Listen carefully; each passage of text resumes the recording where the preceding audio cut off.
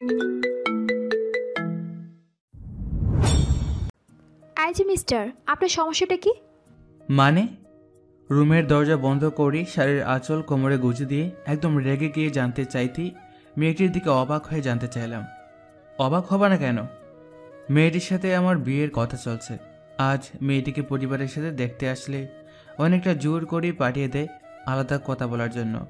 অনিচ্ছা সত্ত্বেও যখন মেয়েটির পিছু পিছু আসলাম, কে জানতো এসি রুমের দরজা বন্ধ করে অগ্নিরূপ ধারণ করবে। বেশ অবাক আর কিছুটা ভয় নিয়েই মেয়েটির দিকে ভয়ে ভয়ে বললাম, বাহ বাহ, এত রাগ আর থেজি মেয়ে প্রথমবারই এমন কথা। মানে কি আপনাকে বুঝাতে হবে? আপনি কি বুঝতে পারছেন না?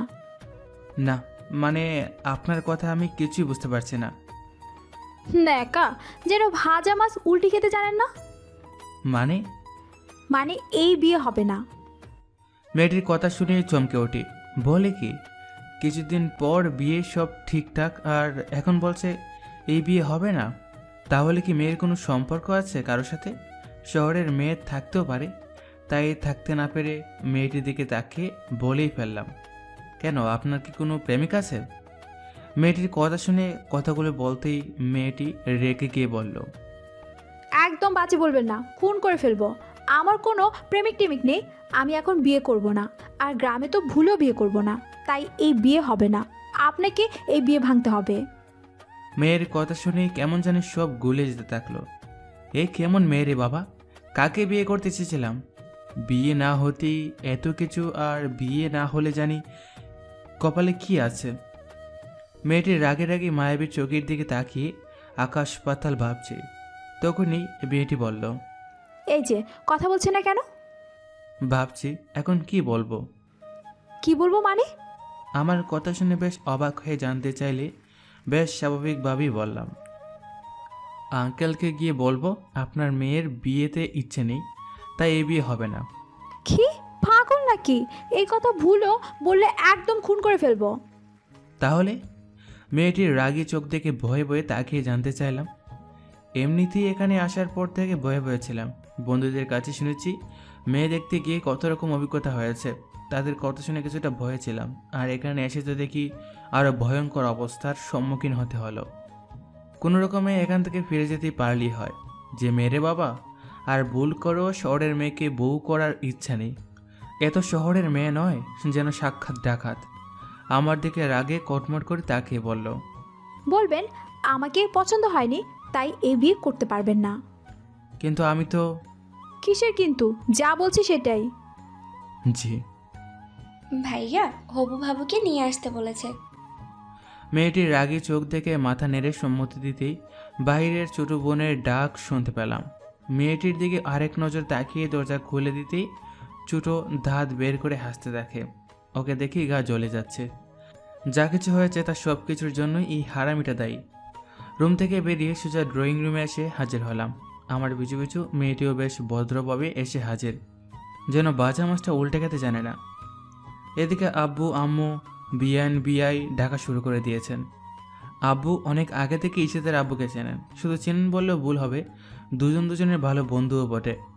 ও, ঈশিতা হচ্ছে আমার হবু বউ, তবে এখন সেটা হবু বউ হচ্ছে কিনা বলা যাচ্ছে না, কেননা আব্বু আম্মু অলরেডি বৌমা করে ফেললেও ঈশিতার এই বিয়েতে ইচ্ছা নেই, তাই বিয়েটা হবে না সেটাও বলা যাচ্ছে। ঈশিতা বেশ কয়েকবার রেগে আমার দিকে তাকালেও আব্বুকে কথাটা বলতে গিয়েও বলতে পারেনি। বাসায় গিয়ে বলবো মনে মনে ঠিক করে রেখেছি। একসময় বিদায় নিয়ে বাসার উদ্দেশ্যে রওনা হলাম। আম্মু আসার সময় আবার জোর করে ঈশিতার হাতে 1000 টাকার নোট গুঁজে দিল। বেশ কয়েকবার না না করলেও আম্মু বলল, রাখো তো, তুমি আমার ছেলের বউ না, শুধু আজ থেকে আমাদের বাড়ির মেয়েও। আম্মুর কথা শুনে ঈশিতা আর চোখে আমার দিকে তাকিয়ে টাকাটা রেখে দিল। আমার 1000 টাকা গচ্ছা গেল। কি দরকার ছিল এত আধিক্যতা দেখানোর? আম্মু তো জানে না যে তাদের বাড়ির বউ হয়ে এই মেয়ে যাচ্ছে না, জানলে হয়তো টাকা দিত না। বাসে আসার পথে রুবি তার হবু বাবির গুণ গাইতে গাইতে কান জ্বালাপোড়া করে ফেলল। একদিনই এত কিছু জেনে ফেললো, অথচ বিয়ে হচ্ছে না সেটা জানতে পারলো না। আব্বু আম্মুর সাথে থাকায় কিছু বলতেও পারেনি, সব কথা শুনে যাচ্ছি। বাসায় পৌঁছে আমার রুমে যাওয়ার আগেই আম্মুকে বললাম, আম্মু আমার রুমে আসো তো। আম্মুকে বলতেই আম্মু আমার রুমে এসে আছে। কিভাবে কথাটা ঠিক বলবো ভেবে পাচ্ছিলাম না। তবে বলতে হবে এটাই জানি, এমন মেয়েকে আবার কি বিয়ে করবে? বিয়ের পর তো জীবন তেজপাতা করে ফেলবে। আম্মু তাড়া দিয়ে বলল, বল, কি জন্য রেখেছিস? আম্মু আমি ওই মেয়েকে বিয়ে করতে পারবো না। কি বলছিস তুই এসব? আমার কথা শুনেই আম্মু বেশ অবাক হয়ে জানতে চাইলো। অবাক হওয়ার কথাই, কেননা কিছুক্ষণ আগ পর্যন্ত সব ঠিকঠাক চললেও এখন মাঝখানে বেঁকে বসলাম।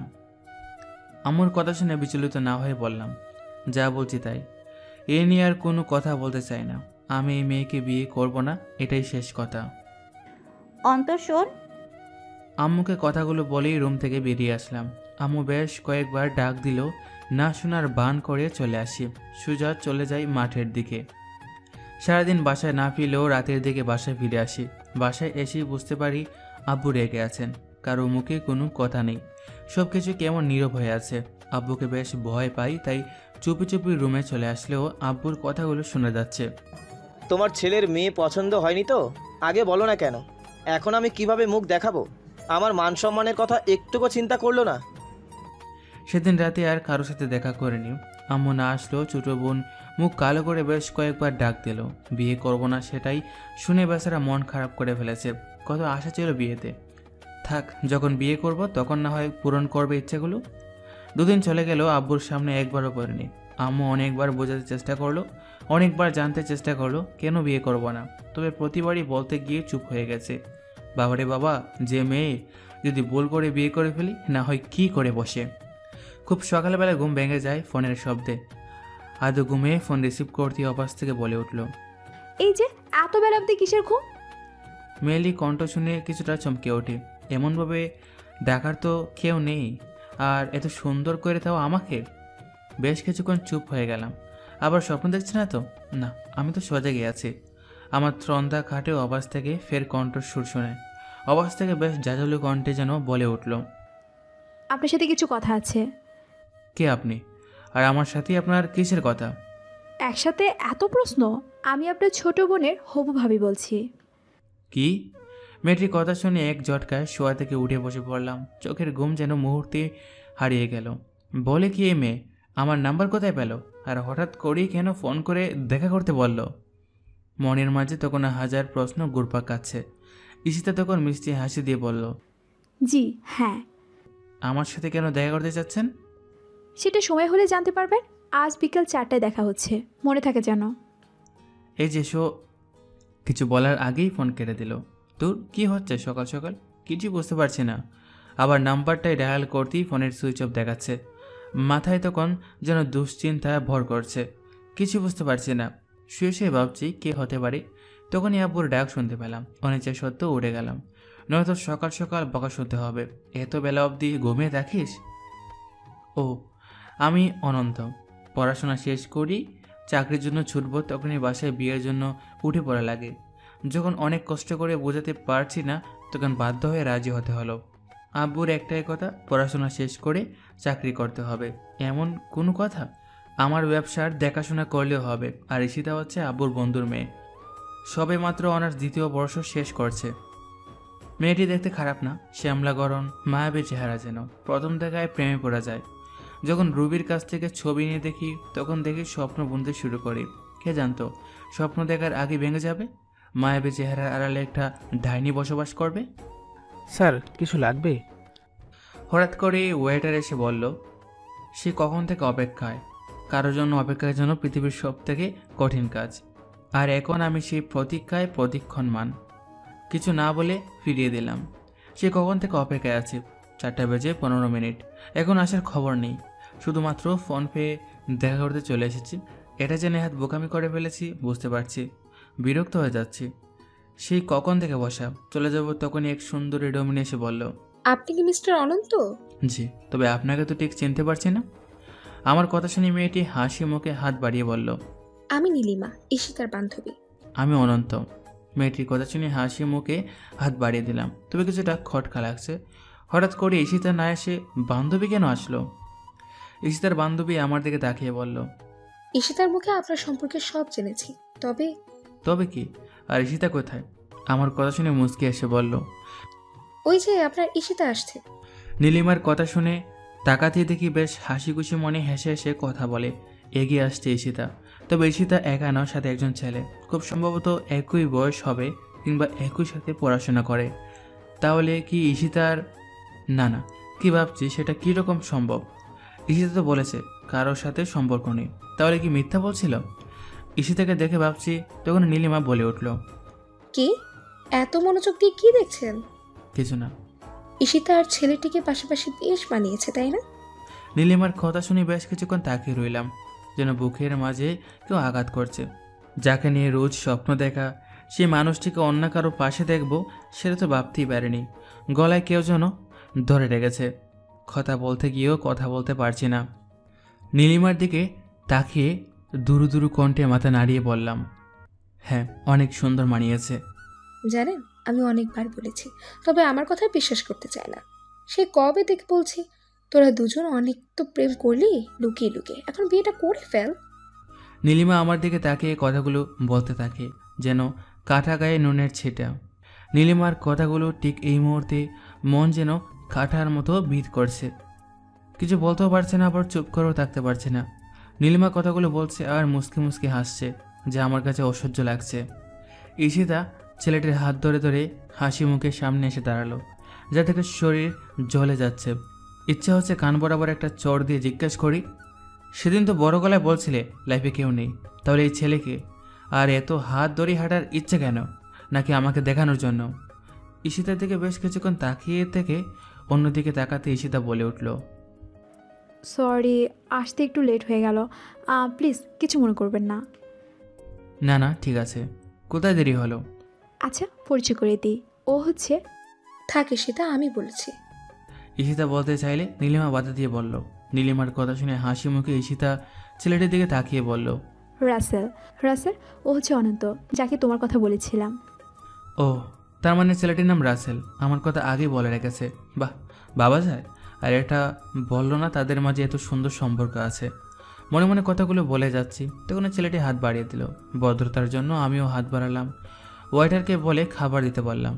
ঈশিতা ছেলেটিকে কত নামে ডেকে যাচ্ছে, সেটা দেখে গা জ্বলে যাচ্ছে। আর নীলিমা শুধু মুসকে মুসকে হাসছে। ভদ্রতার জন্য আমিও মাথা নেড়ে সম্মতি দিয়ে যাচ্ছি। বাবু, এইটা খাও, ওইটা খাও। ঈশিতার 32 জাতের বাবুকে দেখে গা জ্বলে যাচ্ছে। ভাবছি কখন এখান থেকে যেতে পারবো। আমাকে দেখে যেন আরেকটু আদর ঢেলে দিচ্ছে, মাঝে মাঝে নিজের হাতে খাইয়ে দিচ্ছে।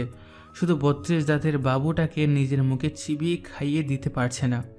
ঈশিতার কাণ্ডগুলো দেখে হাতগুলো নিষ্পিস করছে। যদি পারতাম চোর দিয়ে 32 জাতের বাবুর ধাতগুলো ফেলে দিতাম, যেন চিরতরের জন্য বাবু হয়ে যায়। জান, তুমি এখানে বসে আড্ডা দিচ্ছ? আমি তোমাকে খুঁজে খুঁজে হয়রান। হঠাৎ করে কে যেন পিছনে এসে কথাগুলো বলে জড়িয়ে কাঁধের উপর হাত রাখলো। মেয়ের কণ্ঠ কথা শুনে পিছনে ফিরে ভূত দেখার মতো চমকে উঠলাম। হে কি, ইনি আবার কোথা থেকে এলো? রিতাকে দেখে মনে মনে কথাগুলো বলতেই সবাই ওর দিকে অবাক চোখে তাকিয়ে আছে। এমনভাবে কেউ এসে আমাকে বলবে, কে ভাবতে পারলো? রিতাকে দেখে নিজেকে সামনে নিয়ে বললাম, না গো, তোমার জন্য অপেক্ষায় ছিলাম। হঠাৎ করে এদের সাথে দেখা হয়ে গেল। দেখো, মিথ্যে বলবে না, আমি কিন্তু অনেক রেগে যাচ্ছি। রিতার অভিমানের রাগ দেখে উঠে রিতার কাছে গিয়ে বললাম, লক্ষ্মীটি রাগ করে না, এই শেষবার আর ভুল হবে না। ওয়েট ওয়েট, কে এই মেয়ে? রিতা কিছু বলতে যাবে তার আগে ঈশিতা নিজের চেয়ার ছেড়ে দিয়ে কিছুটা রেগে গিয়ে জানতে চাইল। ঈশিতা তো ভাবতেই পারছে না, আর ঈশিতা কী করে ভাববে? আমি নিজেও ভাবতে পারছি না যে রিতার সাথে এমনভাবে দেখা হয়ে যাবে। ঈশিতার কথা শুনে রিতা বলল, জান, কি এই মেয়ে যে আমার সম্পর্কে এমনভাবেই জানতে চাচ্ছে? তোমাকে বলছিলাম না যে বাসা থেকে একটা ডাইনি আর পেতনির সাথে বিয়ে দেওয়ার জন্য উঠে পড়ে লেগেছে? এই সেই মেয়ে। ভাগ্যিস তোমার মতো লক্ষ্মী বউ আছে আমার, নয়তো। কি? আমি ডাইনি? পেতনি? আমার কথা শুনে এসে তাই রেগে গিয়ে থেরে আসলো, যেন পারলে আমাকে এখনই গিলে খাবে। তবে এই মুহূর্তে ঈশিতাকে রাগাতে পেরে বেশ ভালোই লাগছে। কিছুক্ষণ আগের কাটা গায়ে নুন ছিটিয়ে দেওয়ার প্রতিশোধটা নেওয়া হয়ে গেল। ঈশিতা দেখতে যথেষ্ট সুন্দরী, আর রেগে যেন লাল টকটকে বরণ ধারণ করেছে। ঈশিতার হাত থেকে রক্ষার জন্য রিতা ডাল হয়ে সামনে এসে বাধা দিয়ে বলল, খবরদার, আমার বরের গায়ে হাত তুলবে না, খুব খারাপ হয়ে যাবে। ঈশিতা থাম, কি করছিস? সবাই তাকিয়ে আছে। নীলিমা পরিস্থিতি বুঝতে পেরে তাড়াতাড়ি ঈশিতাকে গিয়ে বাধা দিল। ঈশিতা চেষ্টা করলেও ছুটে আসতে পারেনি। একসময় ঈশিতার সাথে হাত ধরে আসা সেই ছেলেটি গিয়ে শান্ত হতে বলল। রেস্টুরেন্টের অনেকেই তাকিয়েছিল আমাদের দিকে। ঈশিতা রেগে গিয়ে জানতে চাইল, এই মেয়ে বউ হয় কি করে? বাবু, তুমি বলনি যে আমাদের 6 বছরের সম্পর্কের পর 6 মাস হয়েছে বিয়ে করেছি? তোমার জন্যই তো এত এই কথা লুকিয়ে রেখেছি। ঈশিতার কথা শুনে রীতা কথাগুলো বলতেই রীতার কাছে আবার ফিরে আসলাম। ঈশিতা যখন তেরে আসছিল তখন অবস্থা সুবিধার নয় দেখে দূরে সরে গিয়েছিলাম। বলা তো যায় না, আবার রাগের মাথায় কী করে বসে। রীতাকে বললাম, জানো তোমার কাছে তো সবই বলেছি, বলার সময় পেলাম কই, তবে এইবার আমাদের কথা বাসায় বলে দেব। আমার কথা শুনে ঈশিতা রেগে ফুসফুস করে বলতে শুরু করলো, কি চির বাটপার, বিয়ে করেছিস অথচ আবার আমাকে বিয়ে করার জন্য উঠে পড়ে লেগেছিস। একবারও বলে না বিয়ে করেছিস, আবার আমার জীবন নিয়ে খেলা করতে লেগে পড়েছিস। ঈশিতার রাগ মুখ দেখেও এইবার ভয় পেলাম না। কেন ভয় ভাবো, এখন তো রীতা আছে পাশে, কাজেই ভয় পাবার প্রশ্নই আসে না। ঈশিতার চোখে চোখ রেখে বললাম, এই যে একদম বাজে কথা বলবেন না। আমি আপনাকে নিয়ে কি খেলা করলাম? আপনি তো সব শুরু করেছেন। হ্যাঁ, আমি কি শুরু করেছি? তুই বললি না কেন বিবাহিত? আমাকে বলার কোন সুযোগটা দিলেন? তার আগেই তো কথা বলে দিলেন বিয়ে ভেঙে দিতে হবে। আর আপনার যেমন 32 জাতের বাবু আছে সেটাই তো বললেন না। আবার বলে কিনা কোনো প্রেম টেম করে না। জীবনের প্রথম দেখলাম 32 জাতের বাবু, তাও আবার ভালোবাসার মানুষ। আপনি চিট করেছেন। ঈশিতার কথা শুনে রীতা আমার দিকে রেগে তাকিয়ে বলল, কিসের চিটের কথা বলে? তোমাকে বলেছিলাম না যে পেতনিটাকে দেখতে গিয়েছিলাম, তখন বিয়ে ভেঙে দেওয়ার জন্য উঠে পড়ে লেগেছিল। আমাকে বলেছিল তার কোনো প্রেমিক নেই, অথচ দেখো এই 32 জাতের বাবু, আর আমাদের বিয়ে হয়েছে সেই কথা তো বলার সময়টাই দেয়নি। খবরদার, তুই আমাকে পেতনি বলবি না। তুই মিথ্যে বলেছিস। আমাকে কেন বলিস নাই তুই বিয়ে করেছিস? আমার কথা শুনে ঈশিতা রেগে কথাগুলো বলে তেরে আসতে ছেলেটি বাধা দিয়ে বলল, ঈশিতা, তুই এমন করিস না, একটু রাখ তোর ঈশিতা, তুই তোর প্রেমিকার হাত ধর, আমার হাত ছাড়। তোদের কথা শুনেই এত কিছু হয়ে গেল। ঈশিতা ছেলেটির হাত এক ঝটকায় সরিয়ে দিল। ঈশিতার কথা শুনে হয়ে গেলাম, বলে কি কার প্রেমিকা আর কার হাত ধরতে বলে? ঈশিতার কথা শুনে ওর দিকে তাকিয়ে আছি, তখন নীলিমা বলল, আমি বলছি রাসেল আমার পর, ঈশিতার জিজু, আর আমাদের বুদ্ধিতে এত কিছু হয়েছে। আসলে আপনাকে একটু বাঁচিয়ে দেখার জন্য এত কিছু। এখন দেখছিস তুই কেন মিথ্যে বলছিস? নীলিমার কথা শেষ না হতেই ঈশিতা বেশ রেগে গিয়ে জানতে চাইল। ঈশিতার চোখের কোণায় পানি জলমল করছে। ঈশিতার কথা শুনেই বললাম, এই মেয়েকে বিশ্বাস করা যায় না, কথায় কথায় পাল্টি মারে, আবার কবে না জানি বলে বসে আমি বিয়ে করে ফেলেছি। আমার কথা শেষ না হতে রীতা হাত ধরে বলল, চলো গো, এইসব ঝামেলায় আমাদের থাকার দরকার নেই। যাদের ঝামেলা তারা বুঝবে। তুমি আজই বাসায় আমাদের বিয়ের কথা বলে দিবে। চলো, এখানে থাকার কোনো মানেই হয় না। রীতার কথা শুনে হাত ধরে চলে আসার প্রতি ওয়েটার বিল নিয়ে এসে বলল। স্যার আপনাদের বিলটা। ওয়েটারের হাতে বিলের কাগজটা দিয়ে বললাম, ওই যে দেখছেন রেগে আছে মেয়েটা, উনি বিল দিবেন। ওয়েটারকে কথাগুলো বলে রীতার হাত ধরে বেরিয়ে আসার জন্য পা বাড়াতেই বিলের জন্য গেল ঈশিতার কাছে। আর চোখে তাকিয়ে থেকে ঈশিতা বিলের কাগজটা নীলিমার দিকে ছুঁড়ে দিয়ে চোখের পানি মুছতে মুছতে বেরিয়ে গেল। তাতে আমার কি, আমার তো বউ আছে। মামা, আজ তুই যা অভিনয়টা না করলি, সাক্ষাৎ সিনেমার টপ নায়িকা হতে পারবি। রীতার সাথে রেস্টুরেন্ট থেকে বেরিয়ে রিক্সায় বসে হাসতে হাসতে কথাগুলো বললাম। রীতাও হাসতে হাসতে শেষ। আমাদের দুজনের হাসি থেকে রিক্সাওয়ালা বেকুব সেজে রিক্সায় দাঁড় করে তাকিয়ে রইল। রীতা অনেক কষ্টে হাসি থামিয়ে বলল, শালা, তুই তো কম অভিনয় করতে জানিস না। ঈশিতাকে কেমন জব্দ করে ফেললাম। আজকে সেই হয়েছে, এসেছিল আমাকে জব্দ করতে, ভাগ্যিস তুই সময় মতো এসে হাজির। আর তুই যদি চোখ টিপ না দিতি তাহলে কিছুই তো বুঝতাম না। মেয়েটা চেয়েছে কি বারবার আমার কাজিনকে বোকা বানাবে? দেখ আজকে কেমন কান্না করতে করতে গেল। আমার কথা শেষ না হতেই রীতা হাসি থামিয়ে বলল, দে 1000 টাকা দে। কি টাকা? কেন? বাহ রে, তোর জন্য এত সুন্দর অভিনয় করলাম আর ট্রিট দিবি না? তাই বলে 1000? রীতার কথা শুনে চমকে উঠলাম। বলে কি? আমাকে চমকে দিয়ে বলল, জি, বন্ধুদের সাথে ঘুরতে যাব তাই তোর রেস্টুরেন্ট বিল বাঁচিয়ে দিলাম। আর 1000 টাকা দিতে পারবি না? আবার হবু বউয়ের সাথে দেখা করতে চলে যাও? যা, এত টাকা নেই, দিতে পারবো না।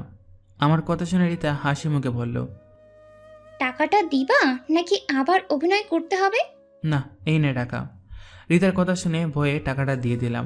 নত যে মেয়ে আবার এখানে কি করে বসে কে জানে। টাকাটা নিয়ে হাসি মুখে নেমে যেতে যেতে বলল, ভাই রিক্সা ভাড়াটা দিয়ে দিস, পরের বার কিন্তু ট্রিট চাই। কি সাংঘাতিক মেয়ের বাবা, এমন মেয়ে জীবনেও দেখিনি। তবে আমাকে মাঝে মাঝে বিপদ থেকে উদ্ধার করে। ও রিতাকে সেটাই তো বলা হয়নি। রিতা আমার কাজিন প্লাস ক্লাস ফ্রেন্ড, যদিও হঠাৎ করে অসুস্থতায় পিছিয়ে পড়ে, তবে অনেক ভালো বন্ধু। ঈশিতাও যখন এমন করলো তখন সব কিছু খুলে বলেছিলাম ওকে। আজ এমন হবে কেউ জানতামই না। হুট করে রিতা যখন এসে চোখ টিপ দিয়ে বলল, তখনই বুঝতে অসুবিধা হয়নি। এর আগেও দুজনে বেশ ভালো অভিনয় করেছি, কেউ বুঝতেই পারেনি। একদিন ট্রাফিক পুলিশ ধরলো, রিতা বেশ অভিনয় করে ছুটিয়ে নিয়ে আসে। রিতা আমার বউ আর তার আইসক্রিম খাওয়ার ইচ্ছে। অবশ্য সেদিন ট্রাফিক পুলিশ ছেড়ে দিলেও পরের বার যেন ভুল না হয় সেটা বলে দিয়েছিল। আজও তার ব্যতিক্রম হয়নি। যথাসময়ে এসে হাজির। দূর থেকে দেখেই বুঝতে পারে, যদিও ঈশিতার ছবি দেখিয়েছিলাম কিছুটা অনুমান করে নিয়েছিল। ঈশিতা চলে যেতেই 1000 টাকার আফসোস নিয়ে বাসার পথে রওনা দিলাম। যদিও 1000 টাকা থেকে বেশি আফসোস হচ্ছে বেচারি ঈশিতার জন্য। যা ভেবেছিল তা হয়নি, উল্টো জব্দ হয়ে গেল। বাসায় আসতে পারেনি। বন্ধুদের সাথে দেখা হয়ে যাওয়ায় তাদের সাথে আড্ডায় চলে গেলাম। সন্ধ্যায় বাসায় ফিরতে আম্মু ডাক দিল। আম্মু ডাক শুনে কাছে যেতে জিজ্ঞাসা করলো, তুই নাকি বিয়ে করেছিস? তোমাকে এই কথা কে বলল? যা জানতে চাইছি সেটার উত্তর দে। আম্মুর রাগী কণ্ঠ শুনে একটু রাগানোর জন্য বললাম, ভেবেছিলাম আজ বলবো। ভালোই হলো তুমি জেনে গেছো। কি? রুবি, ঝাড়ুটা নিয়ে আয়, আজ হাড্ডিগুলো এক করে ফেলবো। আম্মুর কথা শুনে রুবি আসছে বলে উঠল, এই সেরেছে। ফাদলামো করতে গিয়ে দেখে নিজের বিপদ ডেকে আনলাম। নিজেকে বাঁচানোর জন্য দৌড়ে গিয়ে রুমের দরজা লাগিয়ে দিতে কেউ বলে উঠল, আসুন মহারাজ, আপনার অপেক্ষায় ছিলাম। কথা শুনে পেছনে তাকিয়ে ভূত দেখার মতো চমকে উঠে চিৎকার করে উঠলাম, এ কাকে দেখছি? খাটের উপর পাতুলে বসে আছে। ভূত! দ্বিতীয়বার চিৎকার করার আগে দৌড়ে এসে মুখ ঝাপটে ধরে বলল, একদম চিৎকার করবি না, আমি ভূত না, তোর জম। মুখ থেকে হাত সরাতেই তুতলিয়ে জানতে চাইলাম, তু তু তু তু তু তু হ্যাঁ আমি না তো কে থাকবে? বউ তো রুমে থাকে, তাই না? আমি বিয়ে কখন করলাম? আমার কথা শুনে হাসি মুখে বলে উঠল, কেন? আজ না তুমি বললা আমাকে বিয়ে করেছো? কি? আমি তোরে বিয়ে করেছি মানে? তুই এখানে আসলি কি করে? আমার রুমে কি করে আসলি? রিতাকে দেখে ভূত দেখার মতো চমকে উঠি।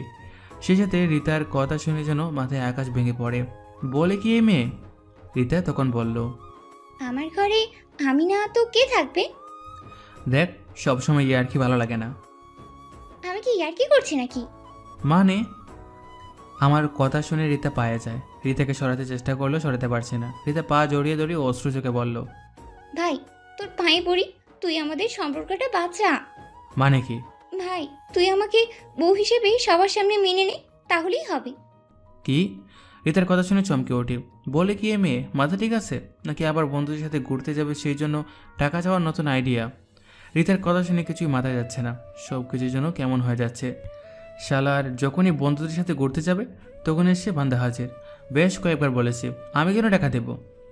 আমার কথা শুনেই প্রতি উত্তরে ঋতুর একটাই কথা, বাড়ি তুই হলি আমার বন্ধু, সেই সাথে আমার ভাই, যদিও চাচাতো ভাই, তাতে কি, একই রক্তের চেয়ে।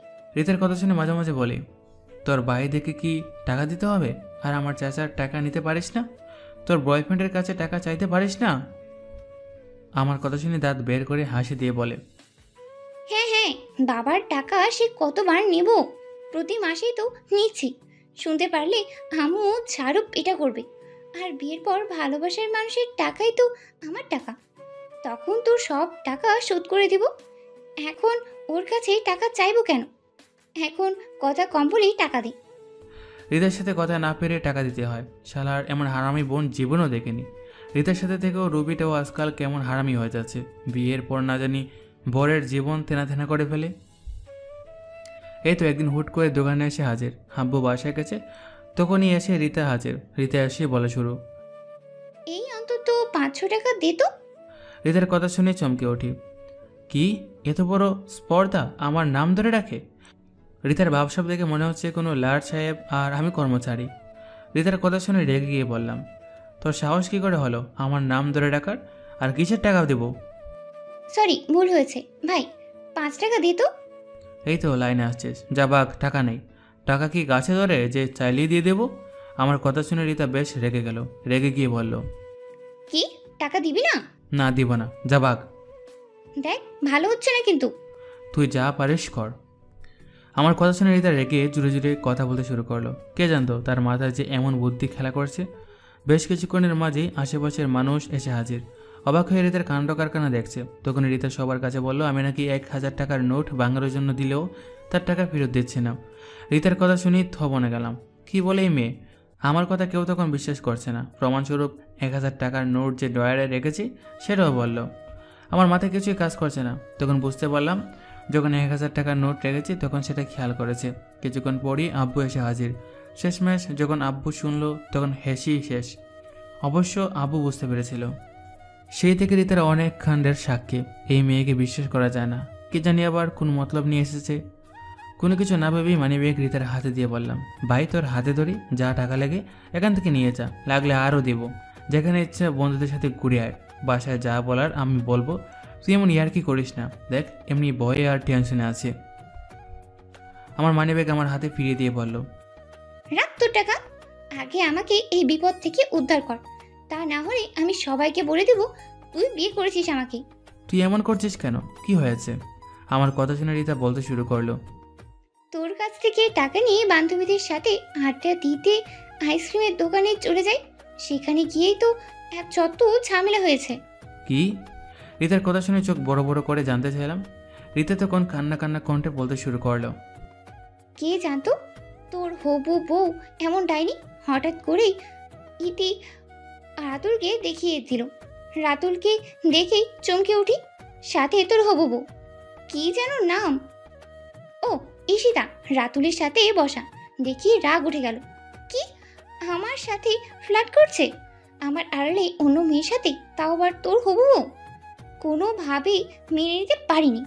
বেশ রেগে গিয়ে রাতুলকে বললাম, আমার আড়ালে অন্য মেয়ের সাথে? ছি, তোর লজ্জা করে না? আমার কথা শুনে ঈশিতা চমকে ওঠে। ঈশিতার মামাতো ভাই রাতুল কে জানতো? রাতুল সব খুলে বলল। তখন কি বললো ভেবেই পাচ্ছি না। ঈশিতা আমার সম্পর্কে সব জেনে বেঁকে বসলো। কোনোভাবেই সে বেঁচে থাকতে এই বিয়ে হতেই দিবে না। রাতুলের আব্বু ঈশিতাকে অনেক ভালোবাসে, অনেক আদর করে। শেষে উপায় না পেয়ে সব কথা খুলে বললাম, আর হাতে ধরে ক্ষমা চাইলাম। এমন ভুল হবে না। এমন মেয়ে যে আমাকেও হার মানতে হলো। বস, তোর কপালেই শনি আছে, এই মেয়ে তোর পিছু লেগেছে। রিতার সব কথা চুপ হয়ে গেলাম। হাত থেকে মানিব্যাগটাও পড়ে গেল। এই কোন মেয়ের পাল্লায় পড়লাম? রিতার দিকে বেশ ভয়ে ভয়ে তাকিয়ে জানতে চাইলাম, কিন্তু তুই এখানে কেন? আর ঈশিতা কি চায়? ঈশিতাই নিয়ে এসেছে। আর হয় আজকে সবার সামনে সত্যিটা বলবি আর ঈশিতাকে বিয়ের জন্য রাজি হবি, নয়তো আমার রাতুলকে হারাতে হবে। আমি পারবো না। রিতার কথা শুনি সাথে সাথে না করে ফেললাম। যে মেয়ে বিয়ের আগে এত পল্টি খেতে পারে, বিয়ের পর কি জানি কি করে বসে। আর প্রথমবারই তো বলে দিয়েছে গ্রামে বিয়ে বসবে না। আমার কথা শুনে রিতা পায়ে পড়ে গেল। পায়ে পড়ে বলতে লাগলো, ভাই তোর পায়ে পড়ি, প্লিজ না করিস না, তুই ঈশিতাকে বউ করে মেনে নে। রিতার কথা শুনেই ভাবছি, হে কোন বিপদে পড়লাম, কোন মেয়ের পাল্লায় পড়লাম। হঠাৎ করেই বাইরে থেকে আম্মুর ডাক শুনতে পেলাম। দরজা খুলতে বারবার চিৎকার করে যাচ্ছেন। কিছু বলার আগেই রিতাকে দরজা খুলে দিল। একে একে আম্মু, আব্বু, চাচু, রুবি আর সর্বশেষ সেই পেতনি মানে ঈশিতা এসে হাজির। সবাই চুপ করে চিড়িয়াখানার বাঁদর দেখার মতো আমার দিকে তাকিয়ে রইল। আম্মু এসে হুঙ্কার দিয়ে জানতে চাইল, কি শুনছি এসব? ছি, তুই এমন করবি ভাবতেও পারিনি। আম্মুর কথা শুনে একবার রিতার দিকে আবার ঈশিতার দিকে তাকালাম। তারপর আম্মুকে বললাম, আম্মু তুমি কি ওদের কথা বিশ্বাস করে ফেলেছো? ওরা কি মিথ্যে কথা বলছে? আর সব কিছুই তো আমার নিজের চোখে দেখা। আমাদের ছেলে হয়ে এমন কাজ করলি, একবারও মান সম্মানের কথা ভাবলি না? আম্মু কথাগুলো বলে কান্না শুরু করে দিল। আম্মুর কান্না দেখে চুপ হয়ে গেলাম। কোনোভাবেই বুঝতে পারছি না, আমার কথাই শুনতে চাচ্ছে না। এই হচ্ছে মেয়েদের নিয়ে এক সমস্যা। একবার কান্না শুরু করলে থামার লক্ষ্য নেই। হিমালয় গলে পানি হয়ে যায়, তবুও যেন তাদের কান্না থামে না। কি করব ঠিক এই মুহূর্তে কিছুই মাথায় আসছে না। আম্মুকে কিছু বলতে যাব ঠিক তখনই আব্বু এসে হাজির। আব্বুকে দেখেই গলার পানি শুকিয়ে গেল। এই কাজ ছেড়েছে, যদি আব্বু জানতে পারে, না জানি আমার কপালে কি আছে। আব্বুকে দেখে ভয়ে এসে তার পেছনে দাঁড়ালে ঈশিতা সরে যায়। ঈশিতা সরে যেতেই আব্বু বলে উঠল, এখন এই মেয়ের পেছনে কোনো লুকাস যখন আমাদের না জানিয়ে বিয়ে করে ফেলেছিস তখন মনে ছিল না? আব্বু তুমিও? আব্বুকে কিছু বলার আগেই আব্বু বলে উঠল, চুপ কর বেয়াদব, আর একটা কথাও বলবি না। যা করার তা তো করেই ফেলেছিস, আমাদের মান সম্মানের দিকে একবারও তাকালি না। আব্বুর ধমক শুনে চুপ হয়ে গেলাম। আব্বু যে অনেক রেগে আছে তাই কোনো কথা বলা যাবে না। ইচ্ছে হচ্ছে ঈশিতা, ডানি আর রিতাকে থাপ্পড় দিয়ে দাঁতগুলো ফেলে দিতে। তাদের জন্য এত কিছু, আমার কথাই শুনতে চাচ্ছে না। সব থেকে বেশি রাগ হচ্ছে ঈশিতার প্রতি। কত বড় হারামি যে নিজে এত কিছু করে, এখন আমাকে খলনায়ক করে নিজের সবার কাছে নায়ক বনে গেল। ও না না, নায়িকা হবে। নিজের মনের কথাগুলো বলছি তখনই আব্বু বলে উঠল, এর জন্য ঈশিতাকে বিয়ে করতে চাসনি। ভাগ্যিস মেয়েটা লোক জানার আগেই আমাদের বলে দিয়েছে, নয়তো মান সম্মানের সব ধুলোয় মিশে যেত। একবারও জানানোর কথা ভাবলি না? এতটাই পর ছিলাম। আব্বুর কথা শুনে হয়ে গেলাম। বলে কি? সত্যি কাহিনীটা তো কাউকে বলতে পারছি না, কেউ শুনতে চাচ্ছে না। সব দোষ আমার। আর ওইদিকে রীতা হারামিটাও চুপ করে আছে। মনে মনে নিজের আপদ গুনে যাচ্ছি। না জানি আর কত কি শুনতে হবে। কার মুখ দেখে যে ঘুম থেকে উঠলাম জানি না। এমন হবে জানলে কে করতে যেত এত অভিনয়। আর ঈশিতাও যে কম নয় সেটা বেশ বুঝতে পারলাম। রীতাকে ভয় দেখিয়ে যা ইচ্ছে করছে, এর শেষ দেখে নিব। আম্মু তখন কান্না কান্না কণ্ঠে বলল, এখন কি হবে? আমার কণ্ঠ শুনি আব্বু ধমক দিয়ে বলল, তোমার ন্যাকামো কান্না বন্ধ করো তো। তোমার ছেলেকে জিজ্ঞেস করো এখন কি করবে। আব্বুর কথা শুনে মনে মনে কিছুটা সাহস পেলাম। এই তো এখন মোক্ষম সময়, এখনই যা করার করতে হবে। আমাকে এত জ্বালিয়ে নিজের খুব হাসি তামাশা করে। এখন দেখো তোমাদের কি হাল করি। মনে মনে কথাগুলো বলছি, তখনই আব্বু রাগী কণ্ঠে জানতে চাইল, কি মনে মনে বিড়বিড় করছিস? কি বলছি কানে যায় না? আব্বু আমি রিতাকে বউ করে ঘরে আনতে চাই। আমার কথা শুনেই যেন রিতার পায়ের মাটি সরে গেল। আর চোখে রিতা আর ঈশিতার দিকে তাকিয়ে দেখি ঈশিতার মাথায় যেন আকাশ ভেঙে পড়ছে। চোখে মুখে কেমন বিস্ময়, এমন কথা বলবো ভাবতেই পারেনি। আমার কথা শুনে সব থেকে বেশি চমকে ওঠে রিতা। চোখগুলো বড় বড় করে তাকায় আমার দিকে। এমন কিছু বলে ফেলবো ধারণার বাইরে ছিল, যেন ভয় আর কান্না পেয়ে বসলো। রিতার দিকে তাকিয়ে থাকতেই আব্বু আমাকে ফের বলল, রিতার আব্বুর সাথে কথা বলি, দেখি বিয়েটা পারিবারিকভাবে যত তাড়াতাড়ি সম্ভব করিয়ে ফেলি। আম্মুর দিকে ফিরে বলল, তুমি রিতাকে তোমার ঘরে নিয়ে যাও। ঈশিতা মামুনি আমাদের ক্ষমা করে দিও, আর এই বাদরটা যে বাসার বাইরে যেতে না পারে। আব্বুর কথা শুনে ঈশিতা বলে উঠল, না আঙ্কেল, এসব কি বলছেন? যা ভাগ্যে ছিল না তা কিভাবে পাবো? আমার দিকে আর চোখে তাকিয়ে রইল কিছুক্ষণ। ঈশিতার চোখের দিকে তাকিয়ে দেখি চোখের পানিগুলো জলজল করছে। আমার দিকে আর চোখে তাকিয়ে রিতাকে ঈশিতা বলল, তোমরা সুখী হও, আর তোমাদের বিয়েতে দাওয়াত দিতে ভুলে যেও না। আমি নিজের হাতে সাজিয়ে দিতে চাই। ঈশিতা কান্না অনেক কষ্টে দমিয়ে রাখলেও বুঝতে অসুবিধা হয়নি। রিতাও চুপ হয়ে গেল। কি থেকে কি হয়ে গেল ভাবতেই পারেনি। আব্বু তখন আম্মুকে ধমক দিয়ে বলল, এখনো দাঁড়িয়ে আছো কেন? আব্বুর ধমক শুনে আম্মু রিতাকে আর ঈশিতাকে নিয়ে রুম থেকে বের হয়ে গেল। আব্বু রেগে রুম থেকে বের হয়ে গেল, তবে রুবি যায়নি। সবাই চলে যেতেই এতক্ষণে রুবি বলে উঠল, ভাইয়া এমন একটা কাজ করলি, আমাকেও একবার জানানোর ইচ্ছে হলো না? আমাকে তো একবার বলতেই পারতি। রুবি? আমাকে রুবি কথাগুলো বলে চলে যেতে চাইলে পিছন থেকে ডাক দিলাম। রুবিকে ডাক দিয়ে নিজেই কান্না ভেঙে পড়লাম। কি হতে কি হয়ে গেল আমি নিজেও জানি না। আব্বু আর চাচু যে মানুষ, নির্ঘাত বিয়েটা দিয়ে দিবে। একটু মজা করতে গিয়ে সব শেষ করে ফেলেছি। রিতার জীবনটাও নষ্ট হয়ে যাবে। কান্নায় চোখের পানি ধরে রাখতে পারেনি। আমার কান্না থেকে রুবি অবাক হয়ে যায়। অবাক হয়ে আমার কাছেই জানতে চায়, কি হয়েছে? তুই এমনভাবে কান্না শুরু করলি কেন? রুবির কথা শুনে কান্না থামিয়ে একে একে সব কথা খুলে বললাম। আমার কথা শুনে চমকে উঠে বলল, কি? তুই তুই আগে সব বলিসনি কেন? রুবির কোনো কথার উত্তর দিতে পারেনি। রুবিও চুপচাপ রুম থেকে বের হয়ে গেল। একদিন পরেই বিয়ে ঠিক হয়ে যায় রিতার সাথে। তবে রুম থেকে একটুও বের হয়নি, কারোর সাথে কথা হয়নি, রিতা বা ঈশিতার সাথেও না। রুবি যখন খুশি হয়ে বিয়ের খবর জানালো তখন সবকিছু অন্ধকার দেখতে শুরু করি। মাথায় অনেক কিছু ঘুরতে থাকে। কখনো বাসা থেকে পালিয়ে যাওয়া কিংবা সবাইকে সত্যিটা বলে দেওয়া, তবে কোনো কিছুই হয়ে ওঠেনি। সময় দেখতে দেখতে কীভাবে যে চলে যায়। আমার বিয়ের সময় চলে আসে। অনিচ্ছা সত্ত্বেও বাবার মুখের দিকে তাকিয়ে বিয়েটা করতে হলো। যখন কাজী সাহেব বিয়ে পড়ালো তখন কিছুই শুনতে পাইনি। মাথায় হাজারো দুশ্চিন্তা, শুধু মাথা নাড়িয়ে গেলাম। খুব ভালোভাবে বিয়েটা হয়ে গেল। একে একে সবাই চলে গেল। রবি আমাকে আমার রুমে পৌঁছে দিতে এগিয়ে এলো। সাথে আমার একমাত্র বন্ধু আছে। রুমের দিকে পা চলছে না। কিভাবে যাব? যেখানে বসে যে অন্য কারো বসে থাকার কথা ছিল, এখন সেখানে অন্যজন, যাকে কোনোদিনও অন্য চোখে দেখিনি। রুবি দরজা দিয়ে পাঠিয়ে আমাকে বলল, যা, তুই অনেক ভাগ্যবান, তোর ভালোবাসা তোর কাছেই রইল। আবার বউ পেয়ে ভুলে যাস না কিন্তু, ট্রিট পাওনা রইল কিন্তু আমার। রুবির কথা শুনেই মলিন মুখে হাসি দিতে চেষ্টা করলাম। রুবিকে বিদায় দিয়ে দরজা বন্ধ করে দুরু দুরু বুকে এগিয়ে গেলাম রিতার দিকে। কি বলবো ভেবেই পাচ্ছি না, আর কোন মুখেই বা বলবো। অনেক সাহস নিয়েই তারপর বললাম, দেখ রিতা, এত কিছু হয়ে যাবে জানতাম না। কখনো ভাবিনি আমার জন্য তোর জীবনটা নষ্ট হয়ে যাবে। তোর ভালোবাসা হারিয়ে গেল। সব কিছুর জন্যই আমি দায়ী। পারলে আমাকে ক্ষমা করে দিস।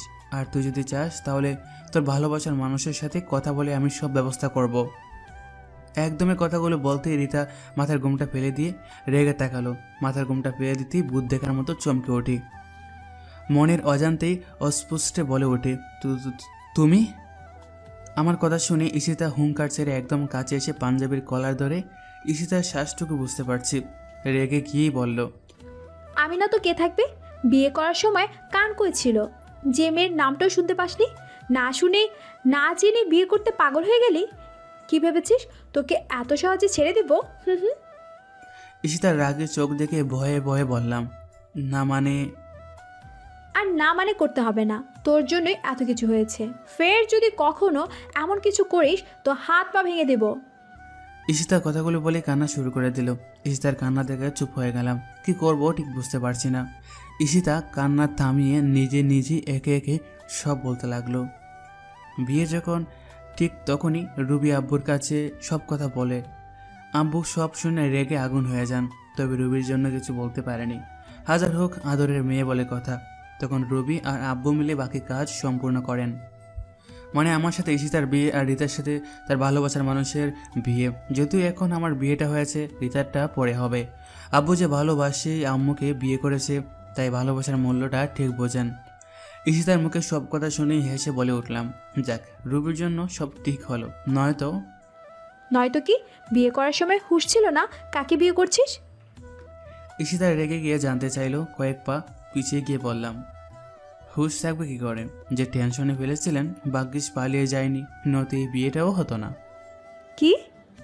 ঈশিতা কিছুটা রাগ আর অবাক চোখে জানতে চাইলো। কথা বাড়াতে চাইলাম না, নয়তো যে মেয়ে বাবারে বাবা না জানি আবার কি করে বসে। তাই বিছানার দিকে যেতে যেতে বললাম, কিছু না, ঘুম পাচ্ছে, আমি ঘুমাবো। আমার কথা শুনে ঈশিতা বলে উঠল, ঘুম পাচ্ছে তো উপরে কি? নিচে বালিশ নিয়ে ঘুমা, আমি উপরে ঘুমাবো। আর আপনি আজ থেকে নিচে ঘুমাবেন। খবরদার, যদি কখনো কাছে আসার চেষ্টা করেছিস তো হাত ভেঙে ফেলবো। কথাগুলো বলেই একটা বালিশ নিচে চুরে ফেলে দিল। ঈশিতার দিকে অবাক হয়ে জানতে চাইলাম, মানে কি? ঈশিতা তখন অগ্নি চোখে তাকিয়ে বলল, কি ভেবেছিস আমি তোকে এসব বলে দূরে সরিয়ে দিব? ভুলেও না এমন চিন্তা ভাবনা মাথাও আনবি না। মানে? আর তুই করে কেন বলছেন? ঈশিতার কথা শুনে অবাক আর কিছুটা ভয় নিয়ে জানতে চাইলাম, বলছে কি মেয়েটা পাগল হয়ে গেল নাকি? আবার কখন কি করে বসে ঠিক নেই। আমার কথা শুনে ঈশিতা আমার দিকে তেড়ে আসলো। ঈশিতার চোখের চাহনি আর আমার দিকে এগিয়ে আসা থেকে পিছিয়ে গেলেও শেষ রক্ষা হয়নি। ঈশিতা প্রথমবার পাঞ্জাবির কলার ছেড়ে দিলেও ফের দ্বিতীয়বার এসে ধরে ফেলে। শুধু ধরে ফেলেও ভুল হবে, একদম কাছাকাছি এসে চোখে চোখ রেখে বলল, না একা যেন কিচ্ছুই বোঝে না।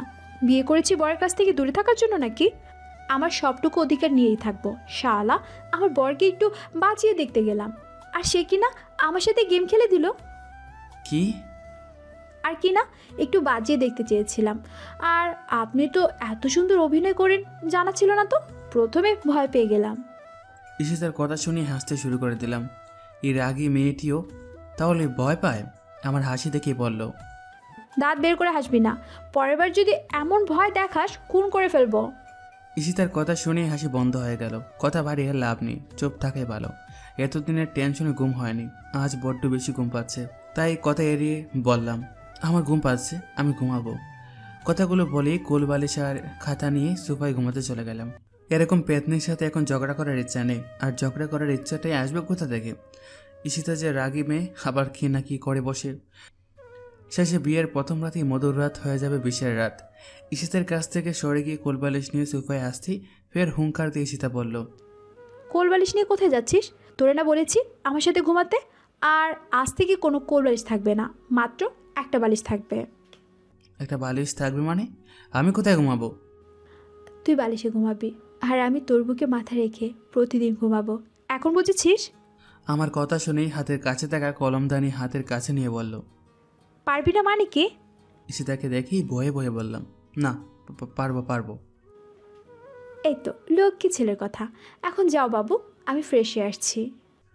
ঈশিতা কথাগুলো বলেই ফ্রেশ হতে চলে গেল। সে কখন থেকে বিয়ের সাজে বসেছিল। ঈশিতার কথা শুনে মাথা ঘুরতে শুরু করলো। এ কেমন মেয়ে বিয়ে করলাম রে বাবা, এখনই তো সাপ, আরও তো বাকি জীবন পড়ে আছে। বন্ধুদের মুখে শুনেছি বিয়ের প্রথম রাত নাকি মধুর হয়, আর আমার তো দেখি পুরাই উল্টা। ঈশিতার সাথে কথা না বাড়িয়ে বাধ্য ছেলের মতো উপরে এসে ঘুমালাম। যদিও কুল বালিশ নিয়ে ঘুমানোর ইচ্ছা ছিল, তবে ঈশিতার জন্য সেটা বাদ দিতে হলো। আমার আবার কুল বালিশ ছাড়া ঘুম আসে না। বিছানায় এক পাশে শুয়ে কথাগুলো ভাবছি, তখনই বুঝতে পারি ঈশিতা বিছানায় আসলো। ইচ্ছে থাকলেও অনিচ্ছায় অন্যদিকে ফিরে শুয়ে রইলাম। কি জানি যদি আবার। হঠাৎ করে ঈশিতা জড়িয়ে ধরে পড়ল। এই যে মিস্টার, কি ভাবছেন? হুম। ঈশিতার জড়িয়ে ধরা দেখে চমকে ওঠি। তাড়াতাড়ি নিজেকে সরিয়ে নিতে চেষ্টা করলেও ঈশিতা যেন আরও জাপড়ে ধরে। হে কি করছেন? ছাড়েন আমাকে, আপনার লজ্জা করে না? আমার কথা শুনে ঈশিতা হেসে ওঠে, বলল, বারে, আমার বাবাকে জড়িয়ে ধরবো আর এতে লজ্জার কি আছে? তাই বলে কি? দাঁড়াও, দেখাচ্ছি। ঈশিতা কথাগুলো বলেই টুটগুলো নিজের আয়ত্তে নিয়ে নিল। তারপর না থাক, এতে কিছু জানার দরকার নেই। এই যে উঠেন, আজান হচ্ছে, নামাজ পড়তে হবে। ঈশিতার ডাক শুনে গুমগুম চোখে তাকিয়ে দেখি ঈশিতা ফ্রেশ হয়ে একদম অপসরের মতো সেজে সামনে দাঁড়িয়ে আছে। যদিও এই মুহূর্তে কোনো অপসরই দেখার ইচ্ছা নেই, কেননা অনেক ঘুম পাচ্ছে। আমি আবার একটু ঘুম পাগল, এই জন্য কত কি হয়েছে। ঈশিতাকে এক নজরে দেখে পাশ ফিরে শুয়ে বললাম, বিরক্ত করো না তো, একটু ঘুমাবো। ঘুমাবেন মানে? নামাজ কে পড়বে? পরে নেব। কি এখন মানে এখন, নয়তো মাথায় পানি ঢেলে দিব। ঈশিতার কথা শুনে লাফ দিয়ে বিছানা থেকে উঠে পড়ি। চোখ বড় করে ঈশিতার দিকে তাকিয়ে বললাম, কি মেয়ে রে বাবা, এমন কথা তো জীবনও শুনিনি। কি শুনেননি? আমি তো আপনার মতো মানুষ জীবনও দেখিনি যে এত সুন্দর ঘুমাতে পারে, সামনে সুন্দরী বউ দেখেও। সুন্দরী না, একটা প্যাদ। কি বললি? না কিছু না, নামাজ পড়বো সেটা বললাম।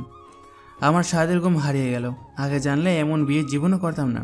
সারা জীবন অবিবাহিতের কাতারে নাম লিখে রাখতাম। অনিচ্ছা সত্ত্বেও বাধ্য ছেলের মতো উঠে ফ্রেশ হয়ে নামাজ পড়তে চলে গেলাম। কথা বাড়িয়ে লাভ নেই, আর যদি পেতনিটাও বলে ফেলি তাহলেই হয়েছে। নামাজ পড়ে আবার ঘুমাতে চলে গেলাম। যদিও আবার নিজের ইচ্ছাতে ঈশিতাকে টেনে নিলাম কাছে। ঈশিতা বুকের মাঝে আগলে ঝাঁপিয়ে পড়ে। ঈশিতাকে বুকের মাঝে আগলে নিলাম। কতক্ষণ ঘুমিয়েছিলাম জানা নেই। হঠাৎ করে ঈশিতার ডাকে ঘুম ভাঙে। সকালে নাস্তা খাওয়ার জন্য যেতে বলল। ঈশিতাকে থেকে কাছে নিতে চাইলে সেটা বুঝতে পেরেই বুকের মাঝে আলতু কিল দিয়ে পালিয়ে গেল। পিছন থেকে ধরতে গিয়েও ধরতে পারেনি। এখন তো পালিয়ে গেলে পরের বার প্রতিশোধটা নেব। ঈশিতাকে কথাগুলো বলতেই দরজার আড়াল থেকে মুখ বেঞ্চে কেটে চলে গেল।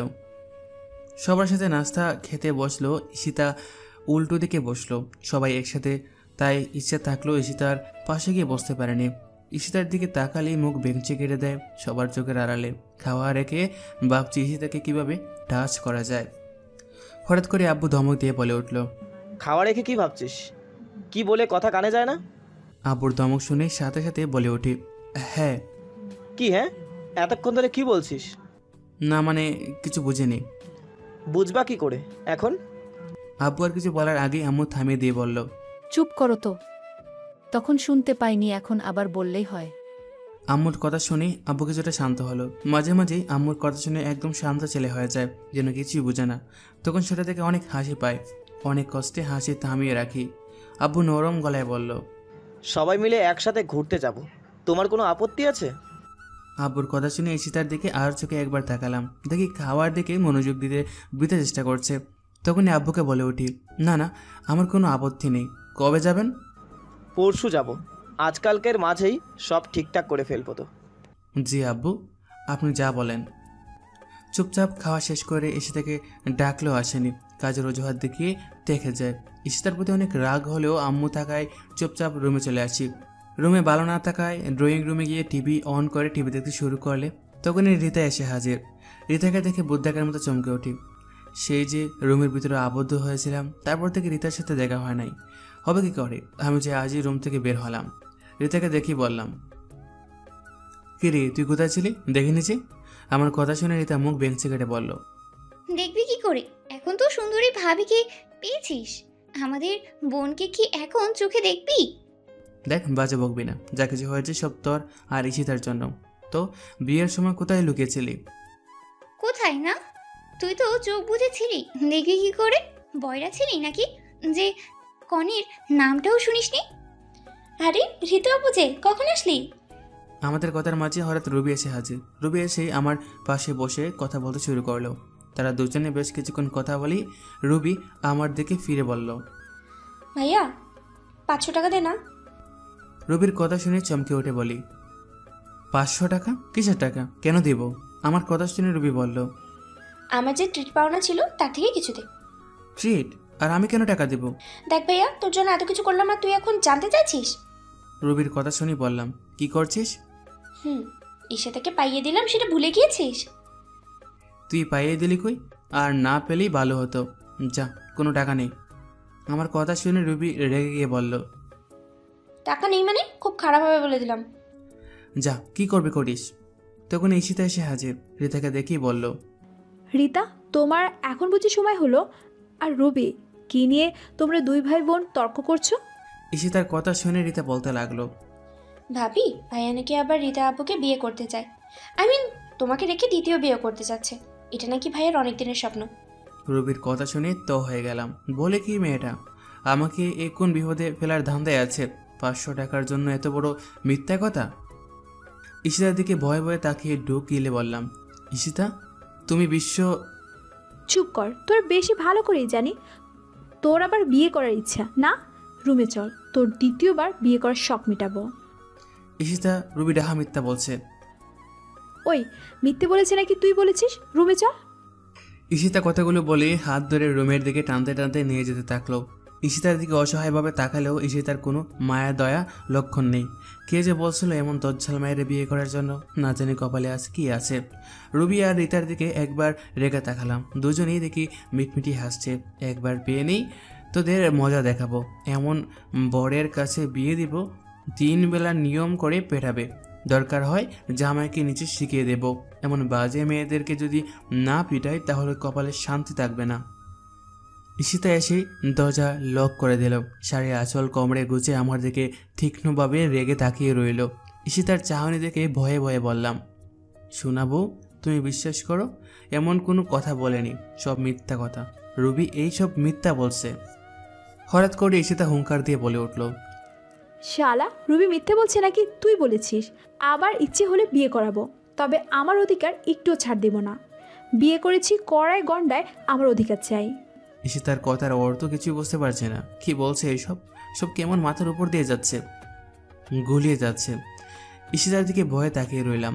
হঠাৎ করে অভিমানী কণ্ঠে অন্যদিকে ফিরে বলতে লাগলো, শালা, কত আশা ছিল আমার বরটা একটু রোমান্টিক হবে, যখন রান্না করব জড়িয়ে ধরবে, দুষ্টামি করবে, আদর করে খাইয়ে দিবে, সবার আড়ালে কাছে টেনে নেবে। আর এ তো দেখছি পুরোই উল্টো। এ কেমন বর জুটলো? মানে কি বলছো? তুই বুঝবি না, শিখতে হবে। ঈশিতা কথাগুলো বলে কিছু বোঝার আগেই বুকের উপর ঝাঁপিয়ে পড়লো। ঈশিতাকে সরানোর চেষ্টা করেও আবার কি মনে করে কাছে টেনে নিলাম। ঈশিতার ঠোঁটের উষ্ণতার অনুভবে নিজেকে হারিয়ে ফেললাম। একে অপরের উষ্ণতাগুলো অনুভব করছি। ঠিক তখনই বাইরে আম্মুর কণ্ঠ শোনা গেল। ঈশিতাকে ডাকছে তাড়াতাড়ি রেডি হয়ে মার্কেটে যাওয়ার জন্য। এক ঝটকা ঈশিতা সরে গেল আম্মুর কণ্ঠ শুনে। ঈশিতার কাছে যেতে চাইলে বুকের উপর হালকা কেল ঘুষে দিয়ে পালিয়ে গেল। সারাদিনের মাঝেও ঈশিতার কাছে আসেনি। কাছে যেতে চাইলে আম্মুর পিছু পিছু আর মিটিমিটি হাসে। একবার পেয়ে নি, মজা দেখাবো। এর মাঝে সব ঠিক করে ফেললো আব্বু। পরদিন রাতে আমাদেরও রওনা দিতে হবে। ঈশিতা আম্মুকে রান্নার কাজে সাহায্য করছে। বেশ কয়েকবার গিয়েও ব্যর্থ হয়ে ফিরে আসি। যখন রান্না করে বারবার যেতে থাকি তখন আম্মু বলে ওঠে, এত বিলাইয়ের মতো ঘুরঘুর করছিস কেন?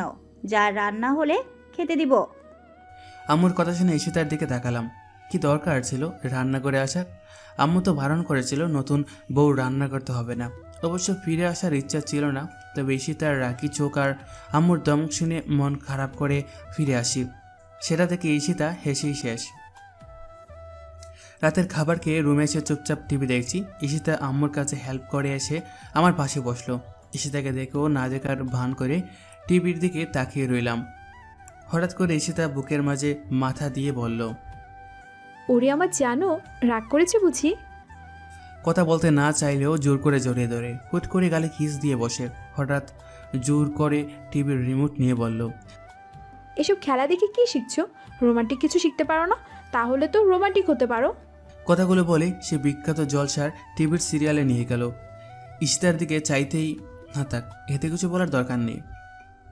সারাদিন ব্যস্ততা শেষে পরদিন রওনা দিলাম। আমাদের গাড়ি নষ্ট বিধায় বাসে যেতে হলো। ঈশিতা জানালার পাশে বসলো। বাতাস এসে ঈশিতার চুলগুলো এলোমেলো করে দিল। বারবার ঈশিতার মুখে ঢুকে যাচ্ছিল। অপূর্ব সুন্দর লাগছে। মাঝে মাঝে চুলগুলো সরিয়ে দিয়ে অপলকভাবে তাকিয়ে রইলাম। এত সুন্দর! ঈশিতার চুলগুলো বারবার মাথার কাছে চলে আসে। ঈশিতা বাইরের দিকে অপলক দৃষ্টিতে তাকিয়ে রইল। চাঁদের আলোয় মন মাতানো দৃশ্য। অনেক দুষ্টুমি করে রাস্তায় কাটালো। মাঝরাতে ঈশিতা বুকে মাথা দিয়ে ঘুমিয়ে পড়ে। খুব ভোরবেলায় পৌঁছে গেলাম। সবাই ফ্রেশ হয়ে রেস্ট নিতে চলে গেল। ঈশিতার পাগলামের জন্য বাধ্য হয়ে রুম থেকে বের হতে হলো। বিশাল সমুদ্র দেখে যেন ছোট্ট শিশু পানি দেখলে যেমন খুশি হয়, তার থেকেও বেশি খুশি হয়েছে ঈশিতা। নিষেধ সত্ত্বেও পানিতে ভিজল। শুধু একা নয়, আমাকেও ভিজালো। অনেক হইচই করে কাটলো। 3 দিন থাকার কথা। বাইরে বের হলে অবুঝ শিশুর মতো বায়না ধরে গোসল করবে, ওখানে যাবে এখানে যাবে। আর রুমে এসে শুরু হয় আরেক অত্যাচার। বাবু, আমার জ্বর আসবে, একটু জড়িয়ে ধরো। আমার বুকে মাথা রেখে ঘুমাবে। ঈশিতার রোমান্টিক অত্যাচারের জ্বালায় আমার ঘুমের 12টা বেজে গেল। সেই সাথে শান্তি। কে যে বলছিল শহরের রোমান্টিক বউ বিয়ে করার জন্য? আর এত রোমান্টিক হতে হয়? একবার ঈশিতাকে বেশ রেগে ধমক দিয়ে বলছিলাম, জ্বর আসছে, তখনই তো বারণ করেছি, এত গোসল করতে হবে না। কে শুনে কার কথা? আমার কথা শুনে অভিমান করে কান্না কান্না কণ্ঠে বলে উঠল, তুমি আমাকে বকা দিয়েছো? কিছু বলার আগেই কান্না শুরু করে দেয়। অনেক কষ্টে সে কান্না থামালাম। যদি কেউ জানে হানিমুনে এসে তারপর বউ কান্না করছে, মান সম্মান কিছু থাকবে না। তার থেকে অত্যাচারগুলো মেনে নেওয়াটাই ভালো। আমারও তো অনেক ভালো লাগে। পরদিন আবার শুরু হলো। সবার সাথে ঈশিতা গোসল করছে, আমি ছাতা নিয়ে বসে আছি। ঈশিতার ছেলে মানুষই দেখছি। তখনই পাশ থেকে একজন বলে উঠল, ভাই হানিমুনে এসেছেন বলছি। লোকটির কথা শুনে চমকে ওঠে। পাশে ফিরে দেখি আমার সমবয়সী হলো। কেমন হতাশার চাপ। মাথা নেড়ে সম্মতি জানিয়ে বললাম, হ্যাঁ ভাই। ভাই, জীবনটা তেনা তেনা করে ফেলল। আগে জানলে বিয়ে করতাম না। বউয়ের বায়না আর শেষ হয় না। এই দেখেন এখন গোসল করছে, মাঝরাতে হুট করে বায়না ধরে গান শোনাতে। ভাই, আগে জানলে হানিমুন নামক এই কথা মুখেও আনতাম না। লোকটি একগাদা ফিরিস্তি দিল। অনেক হতাশা মনে হচ্ছে বউয়ের অত্যাচারে। মনে মনে বলতে ইচ্ছা হলো, ভাই আসেন, কপালে ঘষা দিই, আপনার থেকেও কম না আমি। তখন ঈশিতা ডাক দিল গোসল করতে। কিছু না বলে মুচকি হেসে চলে গেলাম। কিছুক্ষণ পর দেখি লোকটিও মলের মুখে আসলো। বেশ কিছুক্ষণ গোসল করে রুমে চলে আসি। তবে আজকের গোসল বেশি হয়ে যায়, যার দরুন ঠান্ডা লেগে যায়। তখন তো আরও বিপদ। ঈশিতার কি শাসন! কে বলেছিল গোসল করতে? এটা করো না, ওটা করো না, এটা খাও। তখন নিজেকে মনে হলো জেলখানার আসামি। বাসায় ফিরে আসি সবাই মিলে। বাসায় এসে ঈশিতা চলে গেল ফ্রেশ হতে। তখনই রবি বলে উঠল, ভাইয়া, ঈশিতা ভাবি তো অনেক রোমান্টিক, তোর কত খেয়াল রাখি, ভাগ্য গুণে পেয়েছিস। রবির কথা শুনেই বলে উঠলাম, রোমান্টিক না ছাই, আমাকে তেজপাতা করে ফেলছে। এটা করো না, ওটা করো না। বাবারে বাবা, আগে জানলে শালার বিয়ে করতাম না। কি? ভাবির নামে এই কথা? আমি এক্ষুনি বলছি। এই শোন। তখন ঈশিতা কোথা থেকে এসে হাজির। আমার দিকে রেগে তাকিয়ে বলতে লাগলো, কয়বার ডাক দিলাম, কানে যায়নি? এখনই রুমে এসো। ঈশিতার কথা শুনে ভয়ে ভয়ে তাকালাম। শুনে ফেললো না তো আবার? রবি দেখে মুসকে মুসকে হাসছে। ঈশিতার সাথে সাথে রুমে আসতেই দরজা লক করে বলল, ওখানে বসে কিসের কথা হচ্ছিল? রুমে আসার মন থাকে না? না মানে? না মানে কি? কোন শাড়িটা পরবো চুজ করো। ঈশিতার কথা শুনেই রেহাই পেলাম। যাক, কিছু শুনতে পাইনি, ভয় পাবার কিছু নেই। ঈশিতার দিকে তাকিয়ে মুসকে এসে নীল শাড়ি হাতে নিয়ে বললাম, আমার রোমান্টিক বউকে নিয়ে কথা হচ্ছিল, এই নীল শাড়িতে বেশ ভালো মানাবে। রোমান্টিক না ছাই? হুট করে টুটি স্পর্শ করলো। যেই ধরতে যাব এক ধাক্কায় সরিয়ে দিয়ে পালিয়ে গেল। ঈশিতাকে ধরতে গিয়েও ধরতে পারেনি। চলে যাওয়ার দিকে তাকিয়ে রইলাম। যাওয়ার সময় তাড়াতাড়ি ফ্রেশ হয়ে রেডি হতে বলল। আজকে বাইরে খাবো সবাই মিলে। ঈশিতা চলে যেতেই বাধ্য ছেলের মতো রেডি হয়ে গেলাম। বেশ কিছুক্ষণ পর ঈশিতা ফিরে আসলো। ধরা দেয়নি, মুচকে এসে চলে যায়। ঈশিতাকে আজ অপূর্ব সুন্দর লাগছে নীল শাড়িতে। সবাই একসাথে রেডি হয়ে বাইরে যাওয়ার জন্য নিচে নামতেই রুবি আর রীতা এসে হাজির। রীতা আর রুবিকে দেখে দূরে সরে গেলাম। না জানি হারামি দুইটা আবার কি মতলব করে আছে। মনে আছে দুইটার বাদরামির শাস্তি। রুবিকে তো আম্মুর চোখের আড়াল হতে দেয়নি। আম্মুকে বলছিলাম, দেখো আম্মু, অচেনা জায়গা, রুবিকে একা ছেড়ে দিও না, না জানি আবার কি বিপদ হয়। আমার কথা শুনে রুবিকে এক মুহূর্তের জন্য হাতছাড়া করেনি। রুবির আনন্দটাই মাটি হয়ে যায়। সেই থেকে রুবি আমার উপর খেপে আছে। আর রীতার তো ফোনই জব্দ করে রাখি, সেই সাথে চাচির চোখের আড়াল হতে দেয়নি। রীতার যখন ফোনের দিকে নজর, তখন চাচিকে দেখিয়ে বললাম, এ তো সবসময় ফোনের দিকে তাকিয়ে থাকে, চোখগুলো নষ্ট হয়ে যাবে। কি আছে এই ফোনে? আর ওকে দেখে রাখবেন, দেশের পরিস্থিতি ভালো না। তারপর বাকির ইতিহাস। এক জটকায় ফোন কেড়ে নিল, চোখের আড়াল হতে পারেনি। তারা দুজনেই খেপে আছে আমার উপর, এর প্রতিশোধ নিয়েই ছাড়বে। এদের দেখছি আর নিজের বিপদ গুনে যাচ্ছি। না জানি মনে মনে কি ফোন দিয়ে আসছে। আর চোখে আমার দিকে তাকিয়ে আছে। মনে মনে ঈশিতার কথা ভাবছি, এখন না জানি কোথায় আছে। ঈশিতা থাকলে তাদের কাছেও আসার সাহস পাবে না। হুট করে কে যেন এসে হাত ধরে ফেললো। পাশ ফিরে তাকাতেই দেখি ঈশিতা। আমার চোখে চোখ পড়তেই লজ্জায় মাথা নিচু করে ফেললো। সবার আড়ালে জড়িয়ে ধরে কপাল স্পর্শ করে বললাম, আমার শহুরে রোমান্টিক বউ, এমনভাবে পাখিটার সময় পাশে থাকলেই হবে। ঈশিতা লজ্জা কণ্ঠে বলে উঠল, বিয়ে করেছি কি ছেড়ে যাওয়ার জন্য? তখন রুবি এসে ফিসফিস করে বলল, ভাইয়া কিসের এত রোমান্টিক কথা বলিস? রুবিকে ধমক দিয়ে বললাম, সেটা তোর শুনতে হবে না, আমার শহুরে রোমান্টিক বউ শুনলেই হবে। তুই তো রাস্তা মা, তাই না বউ? আমাদের কথা শুনে রবি মুখ বেঞ্চি কেটে চলে গেল।